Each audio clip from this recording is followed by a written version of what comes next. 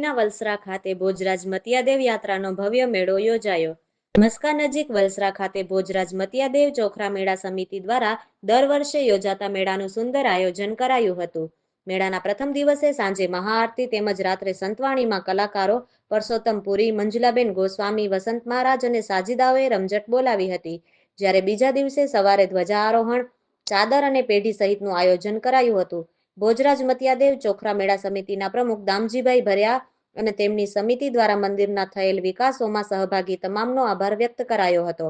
પૂજારી મૂળજીભાઈ સામતભાઈ મતિયા અને રામજીભાઈ ખીમજીભાઈ મતિયા તેમજ સમિતિના હોદ્દેદારો અને તાલુકાભરમાંથી આગેવાનો જોડાયા હતા।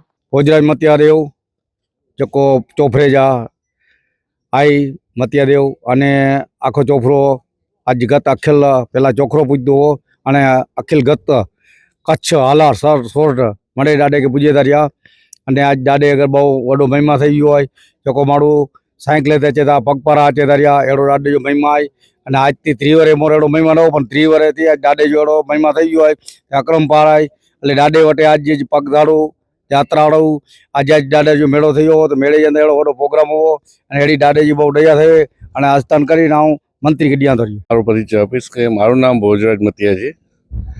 છેલ્લા 3જી પેઢી છે મારી આ મંદિરમાં જે પૂજા કરું છું કે મારા દાદા હતા ભોજરાજ મતિયાદેવ, આજે એ દુર્ગાપુરમાં પોતે પૂજાય છે। એના પછી મારા ફાધર, એના પછી હું, આજે 3જી પેઢી છે, સતત આ કાર્ય અમે કરી રહ્યા છીએ।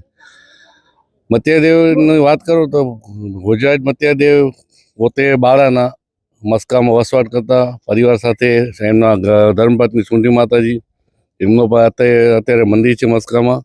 દાદાને વર્ષોથી આની પરંપરાગત આપણે મહેશ્વરી સમાજની ધર્મની રીતે જે એનો વર્ષનો ઉત્સવ ઉજવણી કરી છે એમાં રાબેતા મુજબ જે સાથે ત્રીજના રાતે જે આપણે ત્રીજના ગુરુત્તર મતિયાદેવનો પ્રોગ્રામ હોય, ચોથના દિવસે આપણી ઘરે હોય માંડવી, તો ચોથ અને પાંચમ એનો ઉજવણી કરીએ છીએ। ચોથના દિવસે સંતવાણી, પાંચમના દિવસે આપણે અહીંયા ધ્વજારોપણ, ચાદરપોથી અને પ્રસાદ, એ રીતે એનો 2 દિવસનું આયોજન કરવામાં આવે છે। આ જગ્યાના વિકાસ માટે કેવી રીતે આપ આખી ટીમ સક્રિય છે? અહીં શું શું સુવિધાઓ વિકસાવવામાં આવી છે ગત સમયમાં? અત્યારે આપણે જોઈએ છીએ કે આ જગ્યાનો સારો એવો વિકાસ થઈ ગયો છે કે સૌપ્રથમ અહીંયા ઘણી બધી તકલીફ પડતી કે પાણી છે, આજુ ક્યાંક જવું આવું, એ બધી રીતે વાહન વ્યવહાર બધું, રોડ બધું ઘણું બધું તકલીફ હતી। તે અત્યારના સમયમાં જે દામજીભાઈ આવે ત્યારથી અહીંયા ઘણું બધું વિકાસ થયું છે, આપણે બધે જોઈ શકીએ છીએ। મંદિર પણ અત્યારે 12 મહિનામાં નવું નિર્માણ કર્યું છે, એમાં પણ સમાજ અને દરેક દાતાઓ, સખી દાતાઓનો સારો એવો સહયોગ મળ્યો છે, જેના કારણે આપણે 12 મહિનામાં આ મંદિરને નવનિર્માણ પૂર્ણ કરી શક્યા છીએ। અને વહેલી તકે એ મંદિરનો એનો ઉદ્ઘાટન પણ વહેલી તકે રાખવાના છે। એ જેવો એનો મેળાનો પૂર્ણ થાય એ પ્રમાણે એની આગળની કાર્યવાહી કરવાની છે।